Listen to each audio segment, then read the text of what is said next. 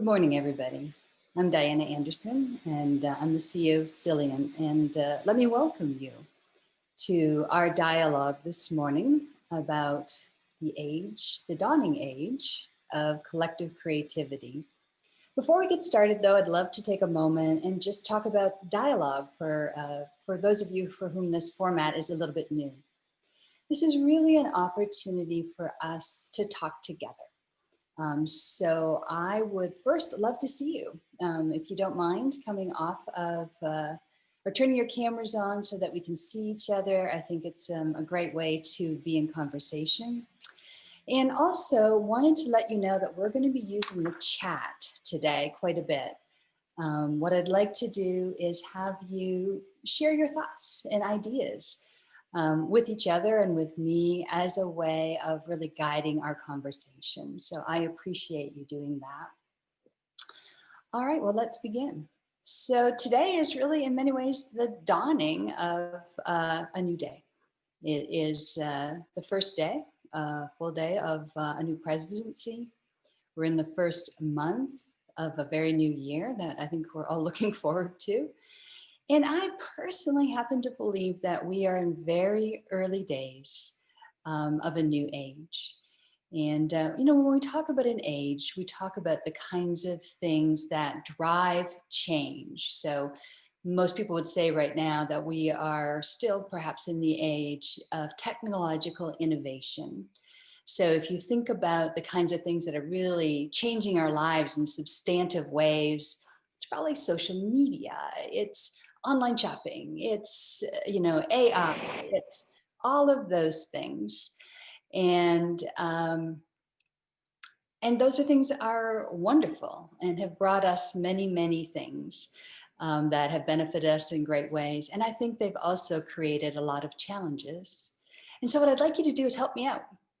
The first thing I'd like you to put into the chat are what you really personally believe are the three greatest challenges that we face at this moment. And you can look through any lens that you want to. It could be your organization and the three things that your organization most needs to address. You can look at your country, United States. You can look at the world. Doesn't matter. I'm just curious. Go ahead. I'd love to hear from you. What are the three major issues that you think that we collectively really need to address in order to progress, as in whatever way is meaningful to you? So go ahead and put those in. We're starting to see things like pandemic, global economy, corporate downsizing, keeping team morale, economy, public health, tolerance, indeed.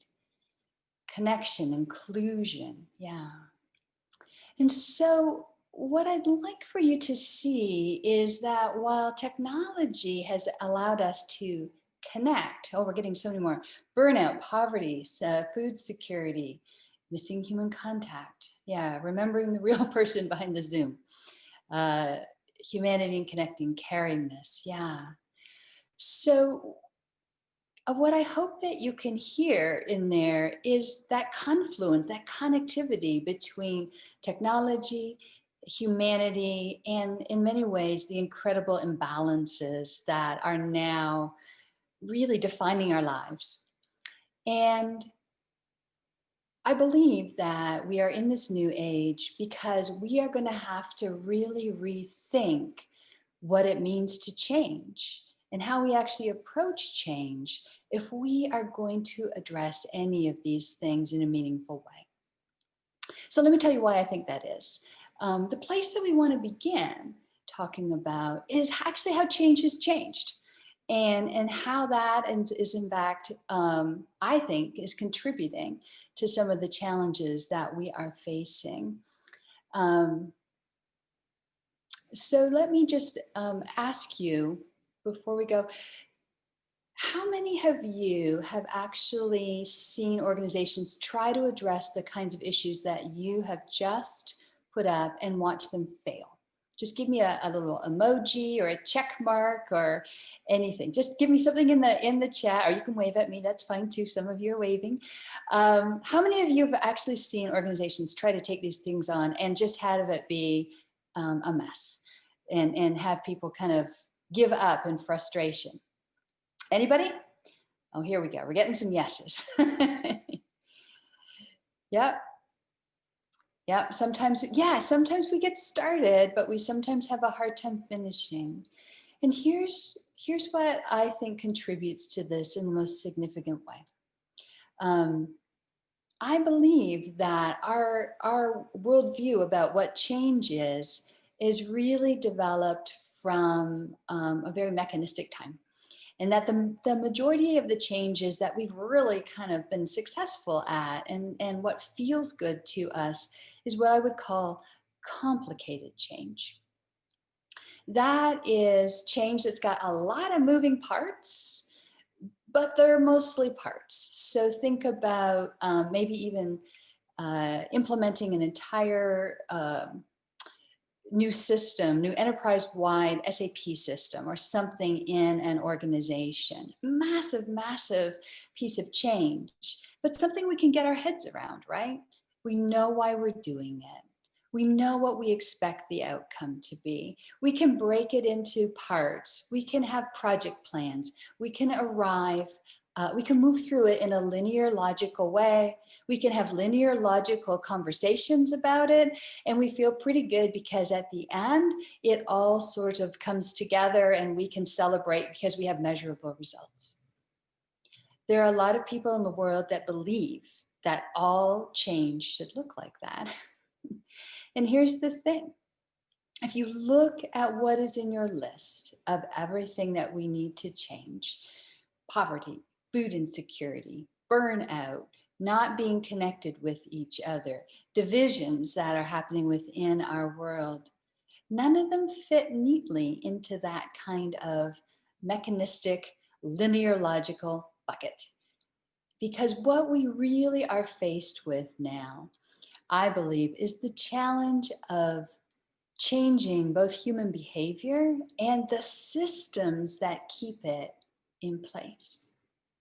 So let's talk about that for just a little bit, because I think one of the biggest disconnects that we have is that we approach these kinds of humanistic, much more organic kinds of change as if they are mechanisms.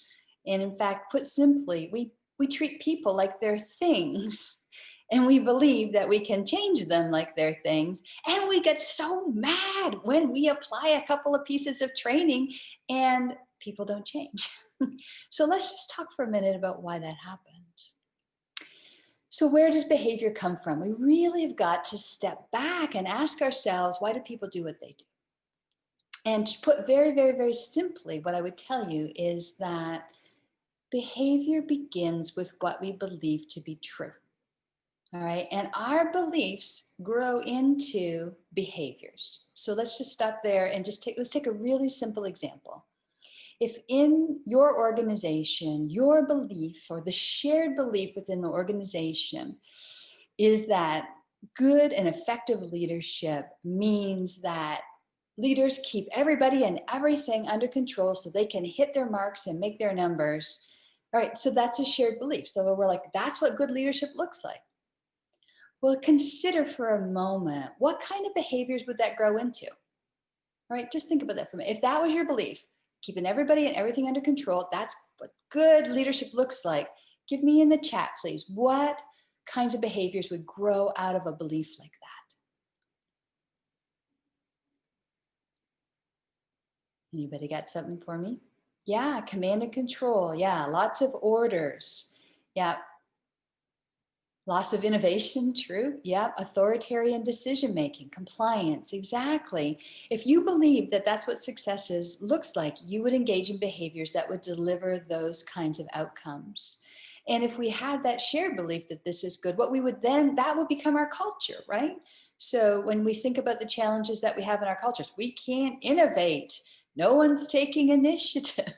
We can't change. What's wrong with our people? Well, what's wrong is our belief about what it means to be a good leader is resulting in behaviors that's creating a culture that we keep in place with systems.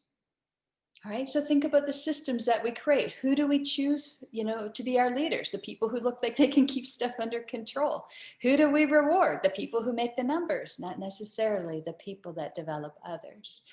And what it's really important to notice is that the thing that keeps the system in place is fear. All right, take a moment and think about that. What happens to people who step out of line in a system in your organization? Or what have you observed when people step out of line in and go against what a system has agreed is the correct and right approach to something? What? Just put it in the chat for me. Yeah, disapproval. Yep, retaliation, retribution. Exactly. Exactly. And these are not always overt, right? But we always know it's there. All right. It is the hand that keeps everyone compliant. Criticism. Yeah. And here's what I want you to know is that it applies to everyone. I think one of our shared beliefs that we have is that somehow the people at the top don't have to worry about fear. And what I would tell you is they actually, in many ways, have to worry about it more, because a misstep at the top of the organization can be even more devastating than it is lower down. Okay, you trip on a project, someone will pick you up. That you might not get the best project next time, but you'll get the opportunity, hopefully, to come back and do something differently and prove, learn from your mistake. The higher up you get, the less tolerance there is for that. And this makes change really hard because change becomes unsafe, right? Because we won't change unless we see other people changing. And so, what I want you to notice is that here we are in an age where the changes we most need to make are human behavior changes that are kept in place by systems that are held in place by fear that we're trying to change like it's a mechanism. And can you see why we are living in a space of deep division and frustration? We have to change everything that we think about change if we are going to choose to change. Now, we can choose not to change, and we can let this game play out. My concern for that is that the imbalances that are currently in place could become so accentuated that we could actually push some of our most central systems that stabilize our life into chaos.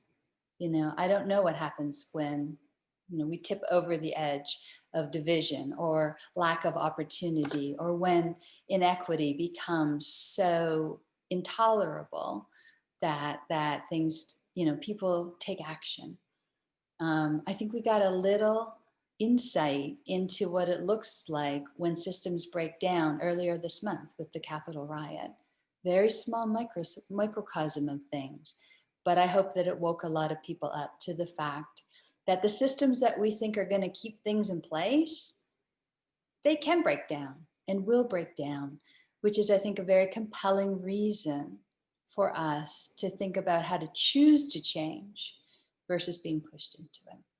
And this is why I think we're at the dawning of the age of collective creativity, because I believe that's what it's going to take for us to choose to change.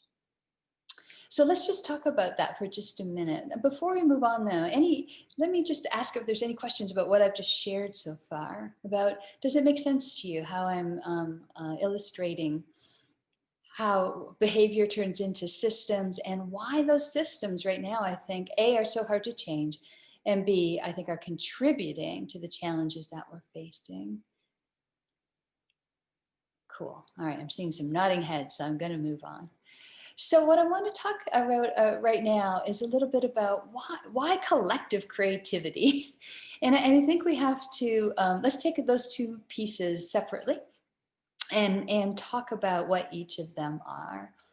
And what I'd like to talk about first is the idea of creativity and how it's different than innovation. So we're in a period of innovation right now. And man, we're innovating some pretty cool things, right? Stuff we never imagined before. But innovation, I think, broadly is defined as sort of building onto a stable system. Okay, so I mean, so like an example that comes to mind for me is like Airbnb. Okay, that is a very cool innovation, right? But we had a system already. You know, you want to travel, you want to stay someplace, you go and find a place.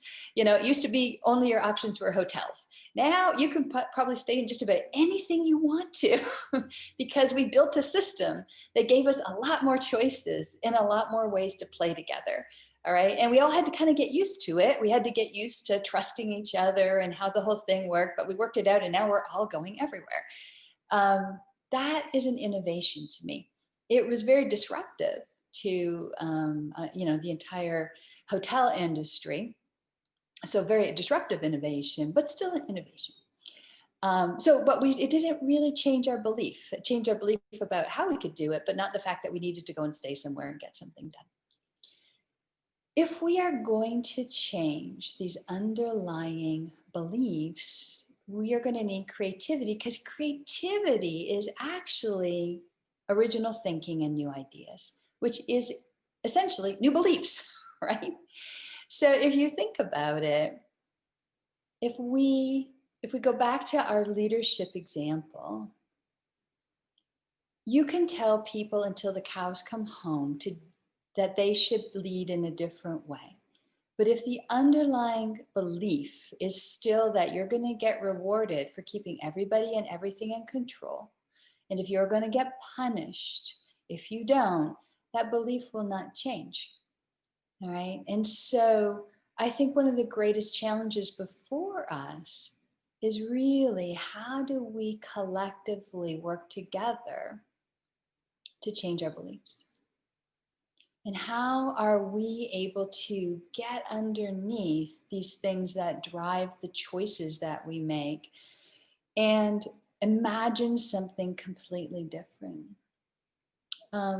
This really came home to me, I have to say, when I was watching the documentary 13th by Ava DuVernay. If you haven't seen it, please go and watch it. Just an amazing kind of documentary that walks through the various stages of racial injustice, basically. And there's a really fantastic interview at the end where Oprah interviews Ava and asks her kind of what she learned from doing the documentary. And the thing that just hit me between the eyes and made me stop was when Ava said at the end of the documentary, and by the way, she talked about how she just learned. She said she didn't come in with a story, which this is true creativity, by the way, and a great example. She said, I didn't come in with the story. I came in with the question. And I just interviewed all these people and heard all these different perspectives, and the story emerged. And after all those conversations, I had a story to share. That's creativity, okay? And she said one of her biggest takeaways was, every time we came together and had the opportunity to change the system, we just updated it to the current times. That we never actually changed the injustice. And the examples she gave were that, when slaves were freed, they just instituted laws that allowed Black people to be arrested for very, very minor reasons, and then incarcerated and then used, as labor. And she went through additional, expressions, and then we get to mass incarceration, and then they are showing the prisoners that are working for no wages, building products. It's not that different. We didn't, whatever our underlying beliefs are that keep this system in place, we have not gotten at them. And this is the shared challenge before us. And I'm not here to tell you what they are or to tell you how to change them. I'm just pointing to the pattern that says, this is where we've got to focus our work.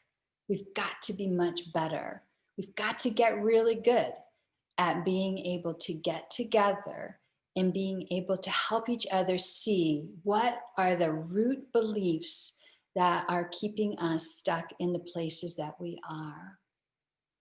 And I've got some really cool news for you as a coach. Because after years of coaching, the one thing I really learned how to do really, really well was listen and hear the beliefs that were shaping people's lives. And I will tell you, as a coach, I could almost always get, if I could get one core belief and shift it, all the behaviors, like tons of behaviors that came out of that belief would change. Um, and a simple example was, I worked with one leader once who thought if someone was doing something he thought was detrimental to the organization, it was okay to beat them up and punish them, do horrible things, but because that he thought it was okay. I mean, if they were wrong, it was okay. And so we went through all kinds of work. And eventually this person came to understand that actually that belief was getting in the way of serving the organization.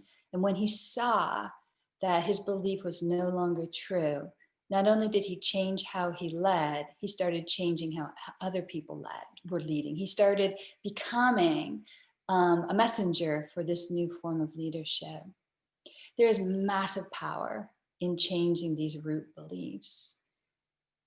Coaching has taught us how to do it on an individual basis. And the challenge before us is actually to learn how to do it collectively. That is why, by the way, we need a collective, okay? Because the power that works in a coaching dynamic that allows us to change behavior is that the coach and the person who's receiving coaching, they have two different worldviews, okay? And what a coach who's really is good at, or anyone who uses coaching-based leadership is really good at, is noticing the underlying assumption or belief that's limiting that person, and using various coaching approaches of stories and metaphors and just observations that invites the person to notice the limiting pattern they're in and make a choice again. It's really hard to do this on our own. I have all kinds of limiting patterns and beliefs. I need someone to reflect those back to me in order to choose to change. All right, because our worldviews are like bubbles that we live in. Okay, we don't see them; they're just little bubbles. We look out of them. We as often assume everyone else has the same one. So the reason we need to work collectively is we've got to be able to look at each other's bubble and say, oh, here's what I see in your bubble.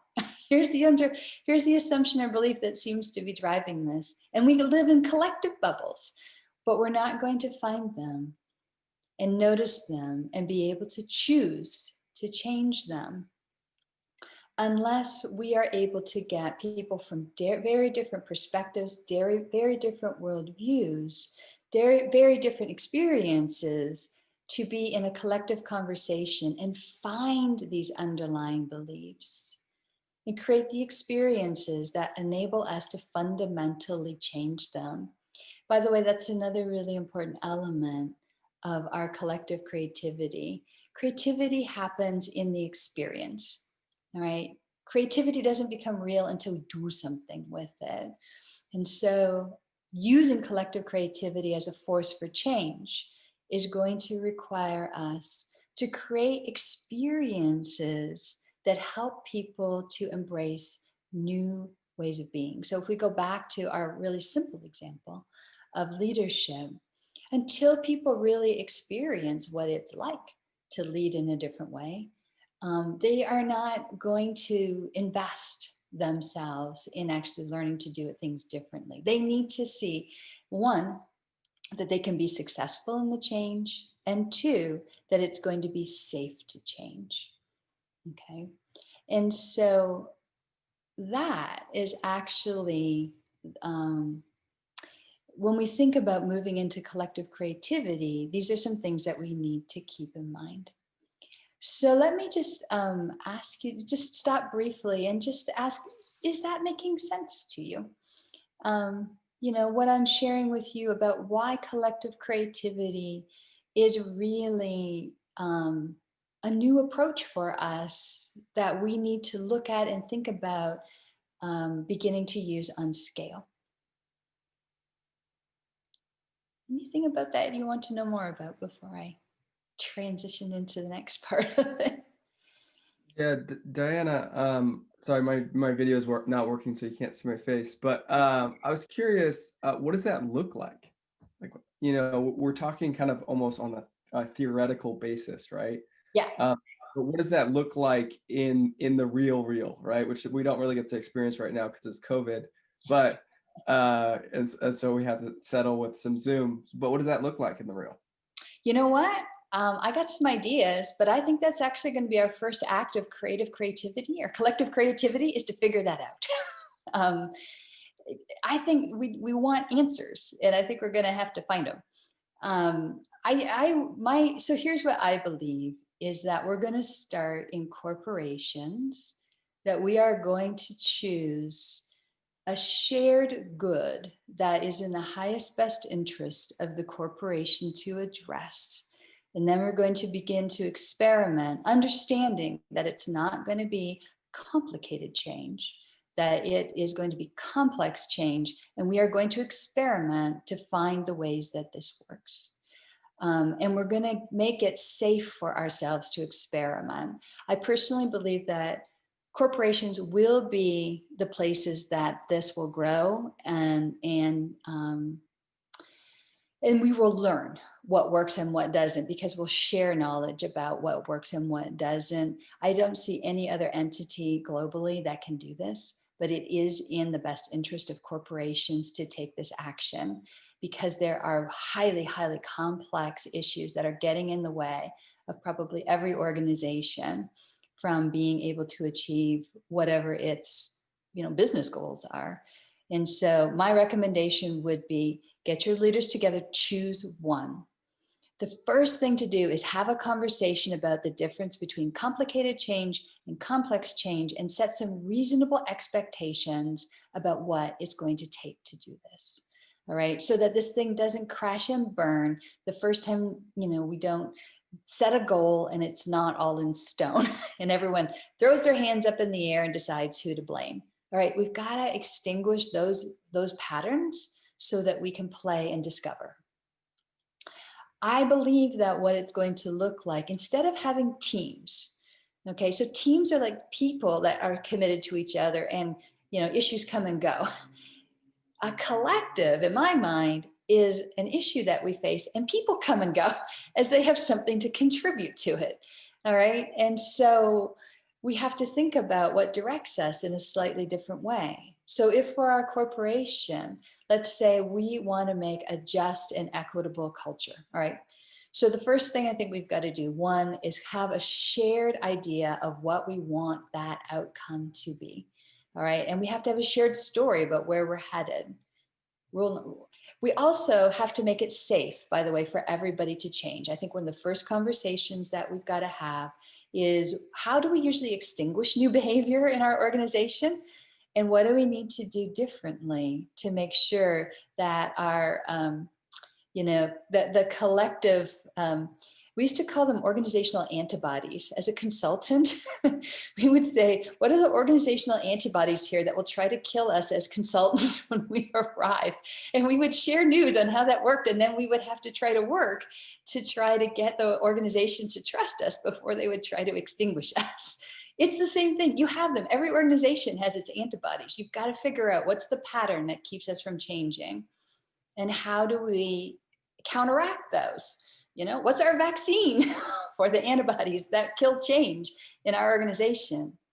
And by the way, it is going to take a ton of skills we currently don't have to do this. If this all sounds really impossible, it's because the skill level required to have these kinds of conversations is up here, and our current skill level is down here. So one of the first things we've got to do, I'm just going to tell you, I'm having this conversation because I believe that coaching-based leadership is the skill that allows us to enter into these conversations in a safe and effective way and talk about these things. All right. And we have to lay the tracking for all of this to happen. Right. And then And then we have got, then we can begin to play. All right. And I think we're just going to play. I hope we'll all take good notes. I think we're going to bring people together. I think we're going to talk about things. I think we're going to try things. I believe we're really early days in a very different way of being together. So that was a very long answer, but did that help? Yeah, that was a very thorough answer. I appreciate it. Yeah, you bet. And thank you for that. I think I really would like to emphasize that these are very, very early days. That we're just getting into these conversations. But the most important thing right now, is that we sort of stop and recognize that the patterns we're engaging in are actually generating the problems that we're complaining the most about. And it's time to stop blaming each other and start stepping back and going, what's really going on here, right? Let me give you a really simple example of that.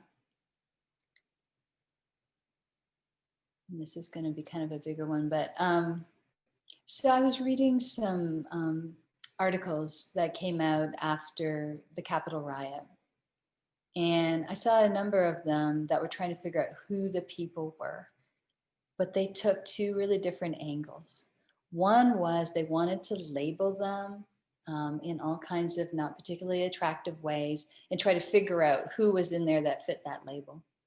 That is just perpetuating the problem. There were others that stepped back and asked, what brought these people to this place? Why are they so angry?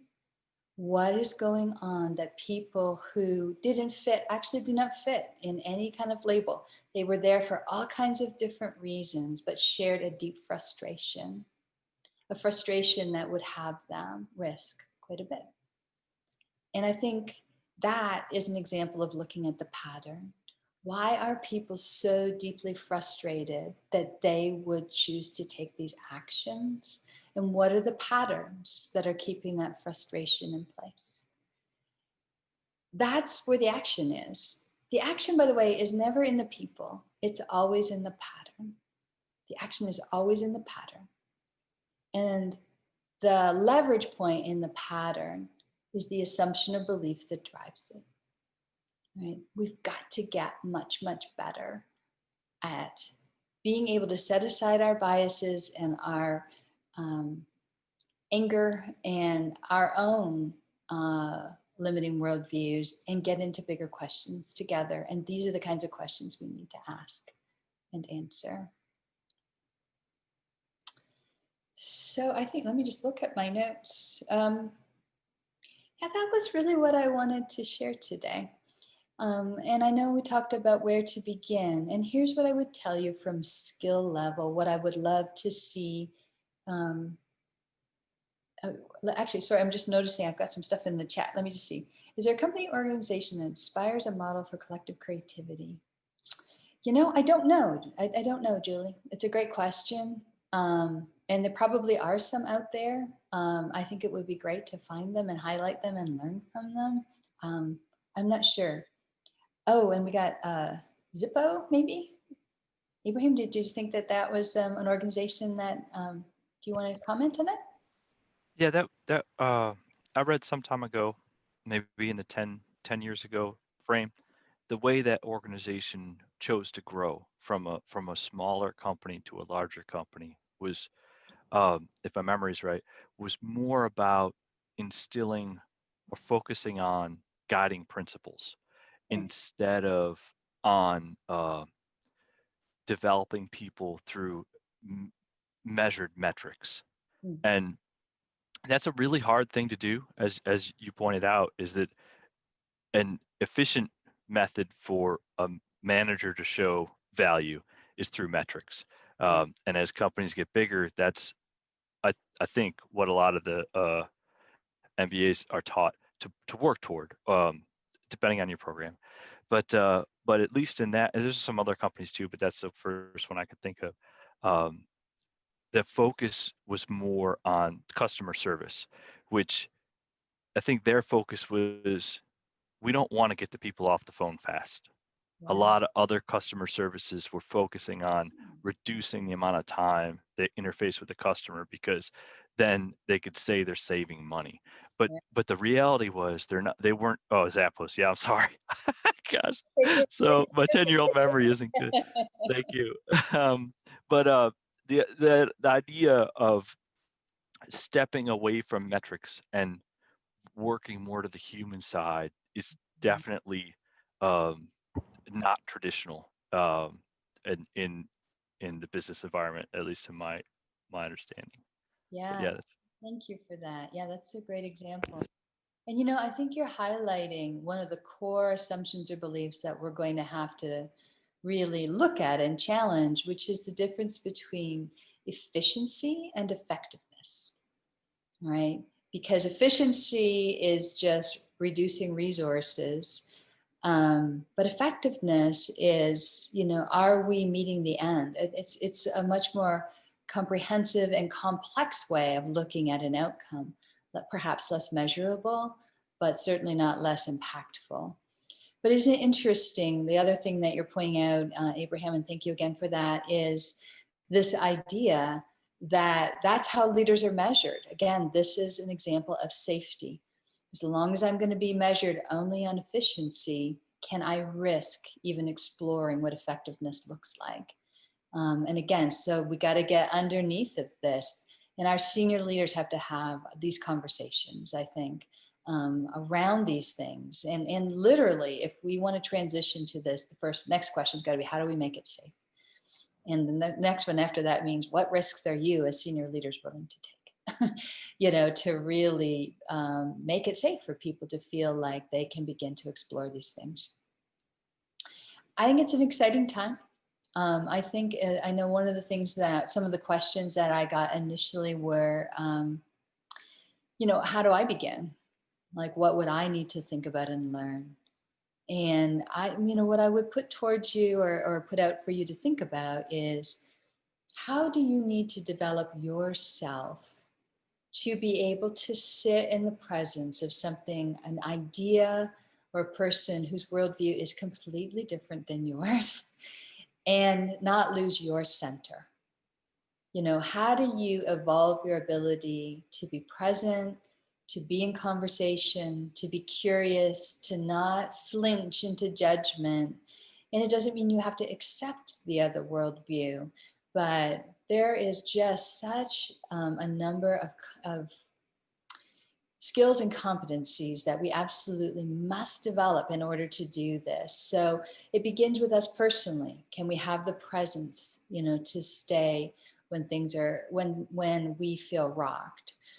Can we become curious, not only about who the other person is, but can we start to get curious about patterns that led to these beliefs? Can we start to get not only to recognize the belief, but can we begin to develop the pattern recognition to understand where that came from? What experiences have contributed to a person arriving in this place?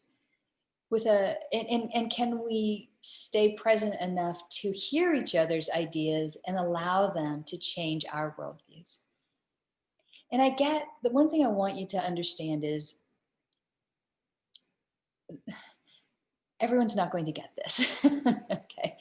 One of my favorite analogy for change is how the caterpillar turns into the butterfly, and the concept of imaginal cells that, when the caterpillar gets ready to change, it gets kind of really fat and, immobile. And what happens, and I may not have this completely accurate, but my story through the years has been, there's like little cells inside called imaginal cells that contain the DNA of the butterfly.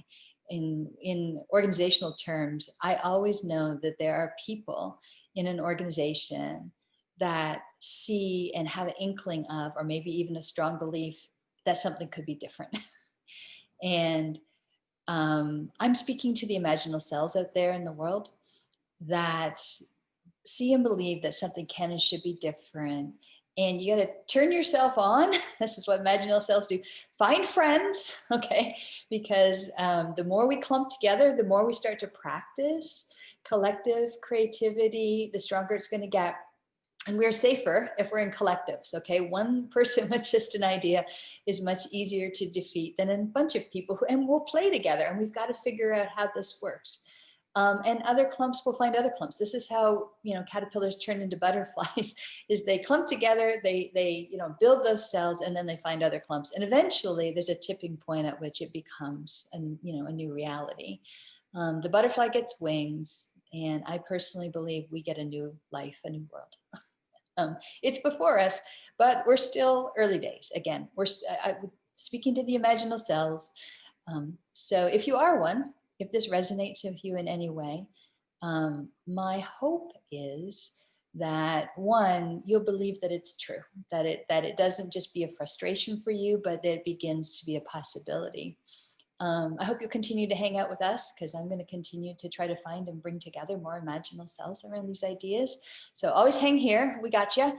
Go find new friends, bring friends, share what you're learning. You know, I think over time we need to continue to share the things.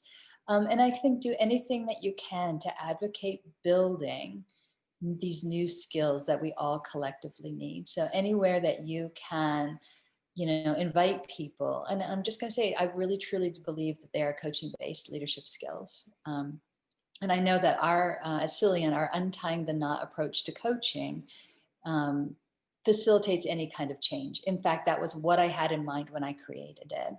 I really saw it as being a shared language that could facilitate us being in the kinds of conversations we need to be in, without having to blame or attack or diminish other people. So if we can support you in that effort in any way, that is my personal intention, that we skill this world to have some conversations we need to have to shift into this age of collective creativity, and just reimagine what's possible.